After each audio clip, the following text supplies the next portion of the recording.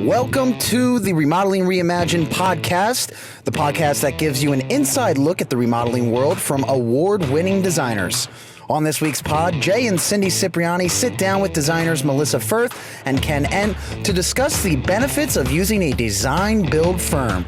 Without further ado, here is your host, Jay Cipriani.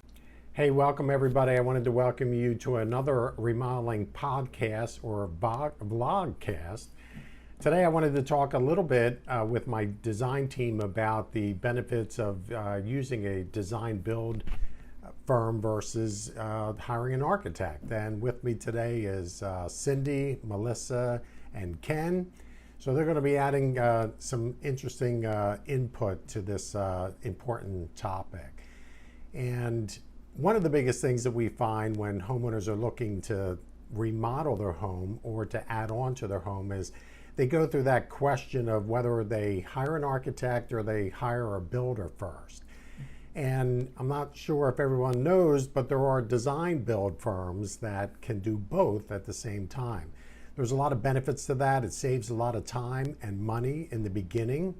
And we have some examples of that I'm going to ask Cindy to start sharing with one of the stories that she recently just experienced with one of her clients. So Cindy, can you tell a little bit about what you experienced a couple weeks ago with one of your clients? Yes, I had a client who had spent almost a year designing an addition project with an architect, and they had given him a budget, and then they got their beautiful plans back. And when they started asking around to see how much it would actually cost to build, it was almost double what they had anticipated. And so we really had to start from scratch, and they didn't really want to invest any more than the original budget, so we had to redesign the entire project. Yeah, I found that over my long career that I ran into the same situation where you would get a beautiful set of architect plans, the homeowner would put it out the bid, all the bids came back at twice, sometimes three times the cost of what the architect guesstimated it was going to cost. And the homeowner was so disappointed that they spent months and months and months during this process with the architect, and also certainly that it came in way over budget. So Ken, how do you explain the benefits of a design build firm to your clients when you're working with them? Well, there's so much more that we're able to do as a design build firm in working with somebody personally. So a lot of times when an architect is doing an addition or making these types of changes, they're really good at knowing specs and engineering and giving them a box space to work with. But as terms of a kitchen plan or bathroom, what an architect provides is generally something that's very basic. So while working with a design build firm, myself as a designer, I get to work with you more in depth and find out more about your needs, whether that's for a kitchen, in how you entertain, what your storage needs might be, so that your project is more custom and tailored to your lifestyle. And Melissa, how about you? How do you explain it to your clients? Well, we like to ask a customer what their investment range is, and sometimes what they expect they can get for that, they can't.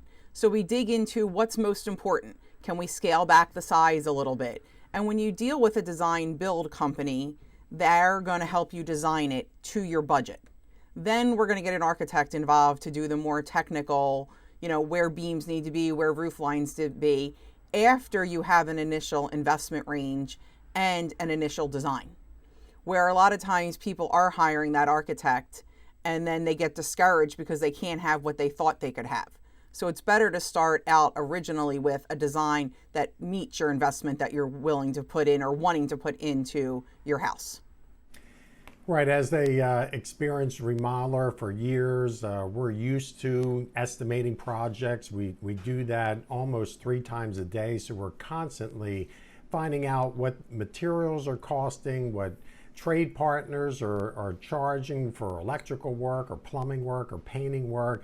And it gives us the advantage to share with the homeowner what those expected costs could be ahead of time before a lot of drawing is done, and a lot of time has passed. One great example I've always used with homeowners is that if you ask an architect to design an addition, and you talk about adding skylights in the addition, that the architect will say, well, gee, I'll draw in 6 skylights, 3 on this side of the roof ceiling and 3 on that side of the roof ceiling. And then it takes, a month later, you find out that they're $2,000 a piece to install, and you're saying, well, gee, I don't want to spend $12,000 for skylights, and if I would have known that a month ago, I probably would have told you just design 2, skylights into the project. So one of the great advantages is, we just have so much experience estimating projects that we're able to say, hey, skylights are a great idea. Did you realize they're approximately $2,000 each installed? And sharing that information ahead of time allows a homeowner to save a tremendous amount of time versus waiting for 3 bids to come in to let them know what that cost would be. And I think us as designers think function, and architects don't always think function. They just say, all right, how many cabinets can I get in this kitchen? Well, maybe you don't need as many cabinets, or maybe you need more storage or more countertop space. So it's really digging in function, and then design will come as part of that. And the other thing is that we can use our imagination to reuse the existing square footage in a house. And sometimes people don't even need as big of an addition as they think they need, because there are areas of their house, like maybe a formal living room or a dining room, that they never use, and that is very valuable square footage that we can use to design, maybe take out a wall and make the whole space their kitchen. But that's the advantage of working with someone who has that experience as a designer. We can come in and look at the whole house holistically and come up with the best solution for their pain points of what they're experiencing in their home. That's a great point, Cindy. I was working with a family that had first considered a big addition, and that also meant that they were going to have to sacrifice a lot of their backyard in order to do this.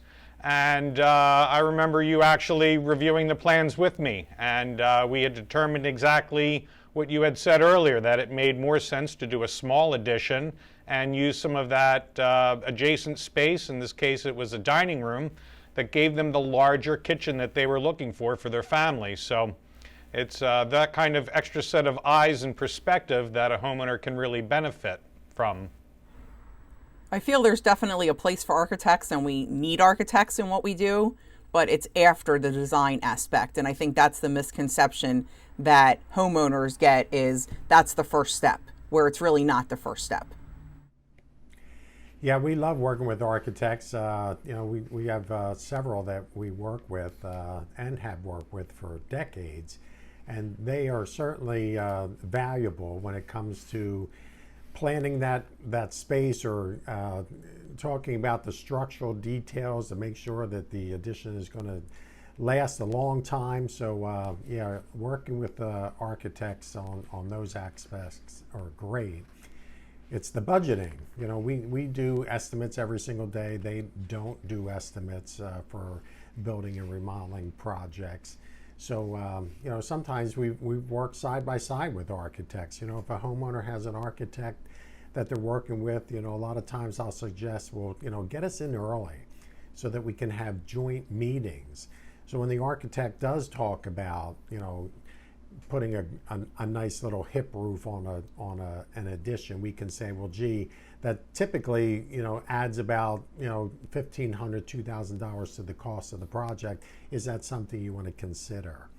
So certainly working side by side with architects is an option, but design build firms do both. I know through the years I've worked with many people who I get to their house and they have a beautiful set of architect plans. I'm thinking of another example where they had bought kind of almost a tear down of a house, and they were going to add a huge addition on the back, and the architect plans kept the original size kitchen and the original rear wall separating the kitchen from this big addition. And when I looked at the plans, I said to them, you know, are you married to these plans?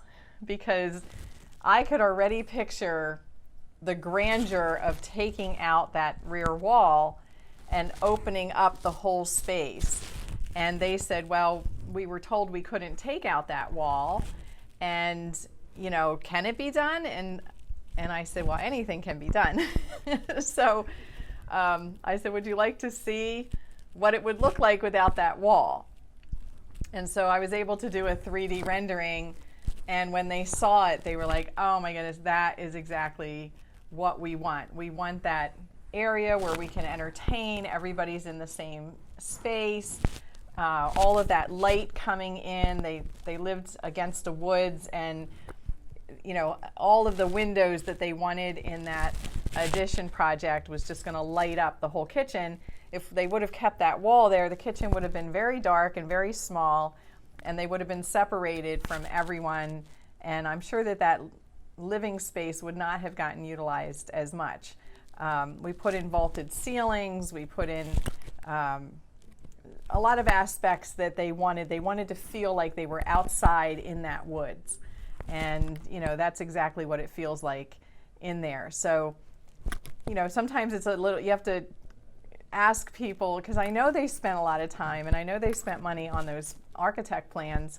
But I was glad that they were able to get the final project that was really going to add to the house. And I guess there's so many people out there that hire an architect, then get pricing, and those architect plans end up going into the trash can and they never get anything done because they don't know that there's other options once they get a beautiful set of plans. I have a customer who had an architect draw up plans for the whole front facade of their house. They got the pricing back and they says, we don't want to do this. We don't want to put this much money into it. You know, we'd rather do some other projects, and then they end up switching projects to something else. But those plans that they paid for, nothing happened to them. They're just sitting in a filing cabinet somewhere. I had gone to a house one time that they actually had 10 rolls of different architect plans from houses that they moved from that they were going to do things to, and then they never did. And I asked them why they kept the plans, and they said, well, we spent a lot of time and money on those plans. We didn't want to just throw them away. So instead, they were in the closet. Yeah, I had that experience working with a client a couple years ago where it was nice to work alongside the owner's architect, but they certainly valued my input when he would come up with ideas and I would say, well, this is approximately what it would cost if he continues to draw this. And some ideas they said, yes, you know, we will invest into that detail, that design, or no, let's find another way to do it where it's a little less expensive. So yeah, working with architects is something that I think homeowners and contractors should do together. As I said earlier, just getting together early and going through those plans, those ideas. You know, Jay, you made a great point about what we bring to the table with our experience in knowing what some of these specs or design ideas might have in terms of cost. So another thing that we're able to do is help you prioritize. So going back to the example of 6 different skylights, you know, okay, well, skylights are still a priority for you. So we can look at budget and working with you to get as much as we can for your design at a target price range. So we can use that experience to help guide you and making that priority list. And speaking of experience, not all design build firms have the same experience. You definitely want to look for a company that's been doing projects similar to yours let's say with, taking out walls and putting in large beams, or complicated structural issues, because we're going to be able to look at that and see what's possible and what's not possible. I had a client who wanted to take out several walls and enlarge their kitchen, and there was a post holding up the second floor that was at the end of their peninsula, and they were told by several other design build firms that it was impossible to take out that particular post, and everything would have to be designed around it. And that was not sitting well with them, because that's the one thing they hated in their kitchen.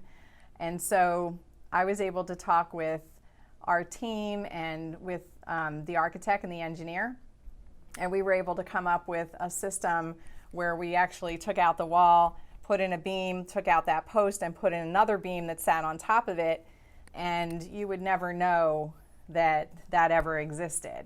And it just opened up the whole space. It gave them the exact look that they were looking for. And that came from the experience of doing this many times in other structures and knowing how to do it. Yeah, I always tell homeowners, anything is possible as long as it fits into the budget.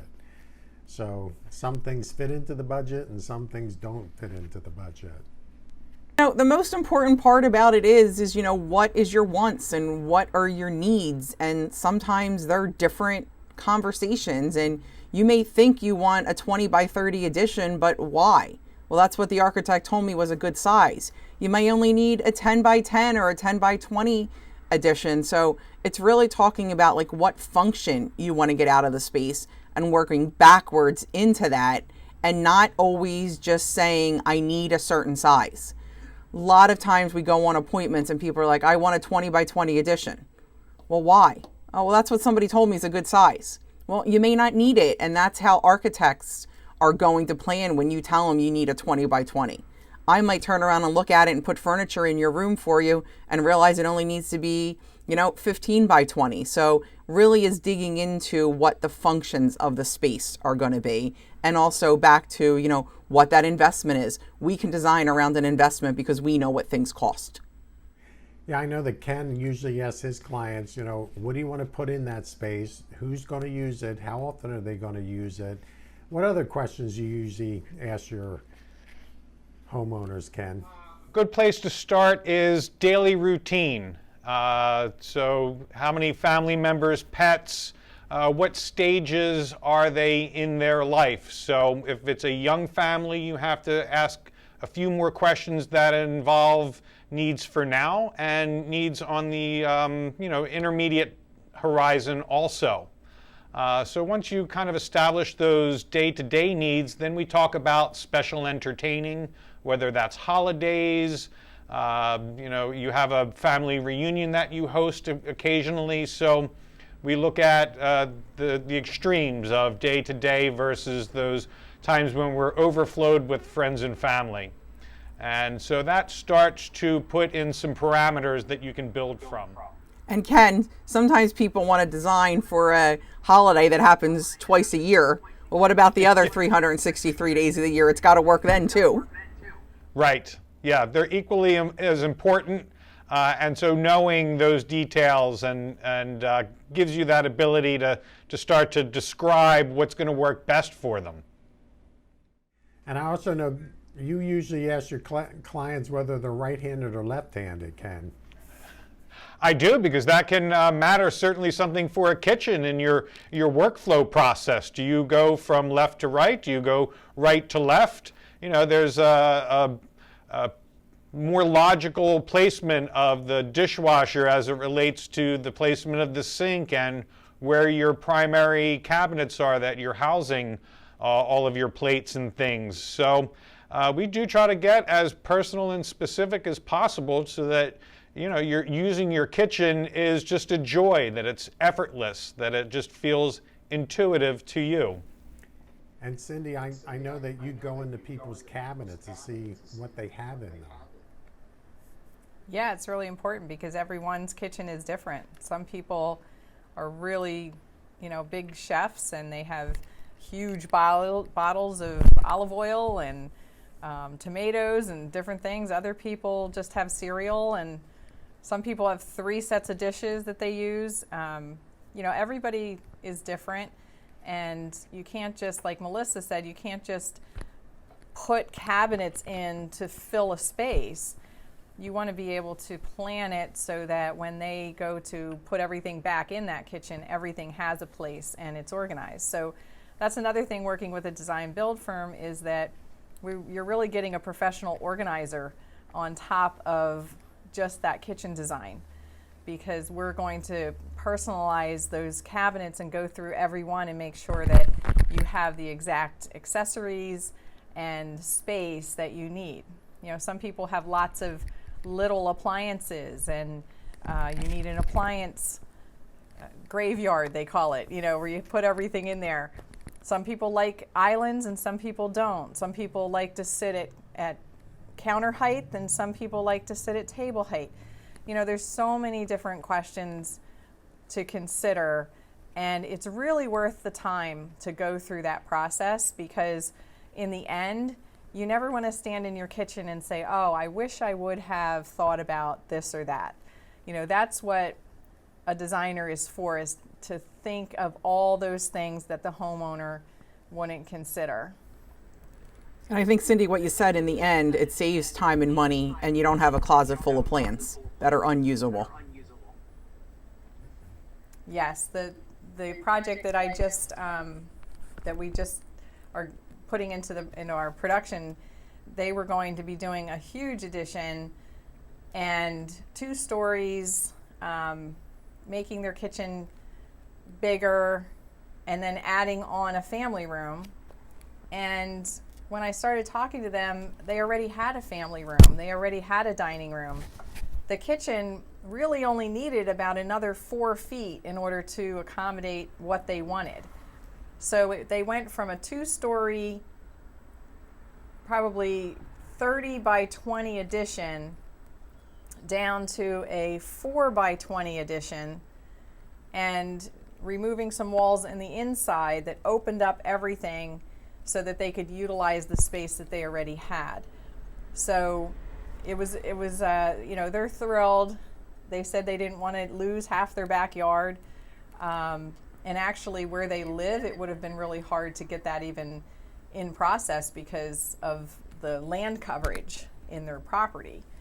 So lots of decisions to be made, but our goal is really to think through, like Ken said, their daily life and what they really need, and how to utilize everything, every dollar, to the maximum, so that they, just build great memories in that space.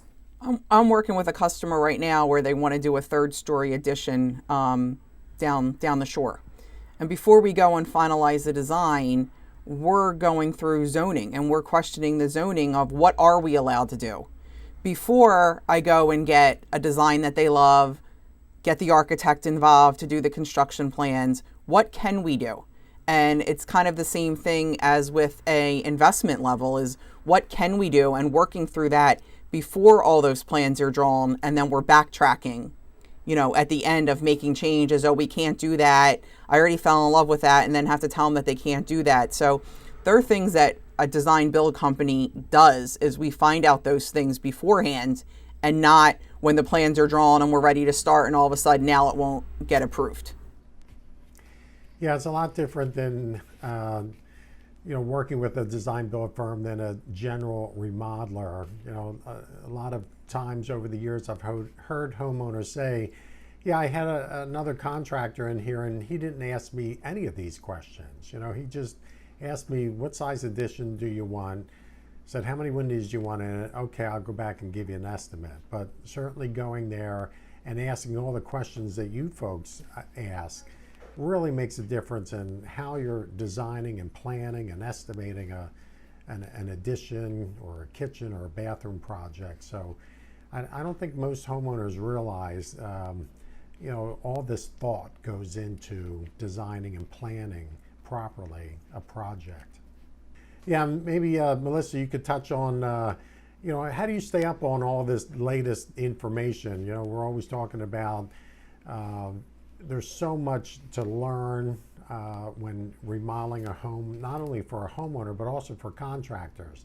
Well, there's great websites, to go on and look at design ideas. Hal's, Pinterest, and all that is great. We definitely use, things like that with our customers, but it's also webinars. A lot of the manufacturers offer webinars to do on, new trends, new products, new installation methods. It's talking to all of our trade partners, what's new, and sharing that with our clients, our homeowners, because there's a lot out there. People say they walk into a store and they're overwhelmed because there's so many things to pick from, and how do I know this is going to work over this? That's why you need someone to do that with you and shop with you and hold your hand, and let alone it's one person doing that with you. There's a whole team when you're with a larger design build company, that it's not just one person, it's not just me, it's the whole team that is doing it together. And there's a lot to learn, to know, and we can't expect a homeowner to know all of that. They know what they like, but it's our job to guide them on why to use this product over this one and install it this way over that one. Yes. And Ken, can you share a little bit about, how you keep up with all the latest codes and safety trends for, I know you're constantly looking at the National Kitchen and Bath Association for information. Building codes change constantly, so we're constantly trying to keep up on the latest technology. Yeah, Jay, absolutely.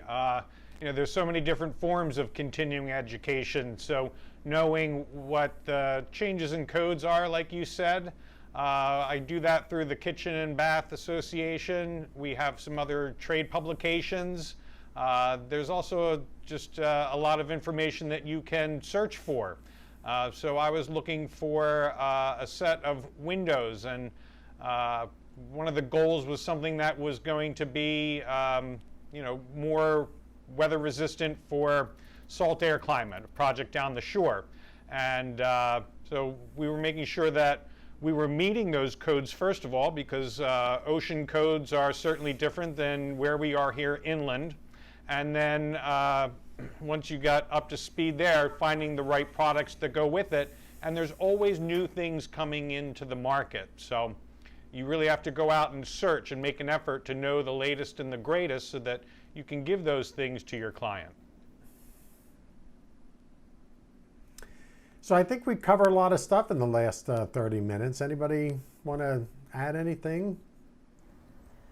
I was thinking the cooperation too with our production team, because as designers, we don't install a lot of these products ourselves, but they do. And so they keep us up to date on the latest installation techniques by their education and the classes that they take, the webinars that they watch, the manufacturers coming out and updating them. And then they tell us about it so that we're educated also. So it's really a team effort.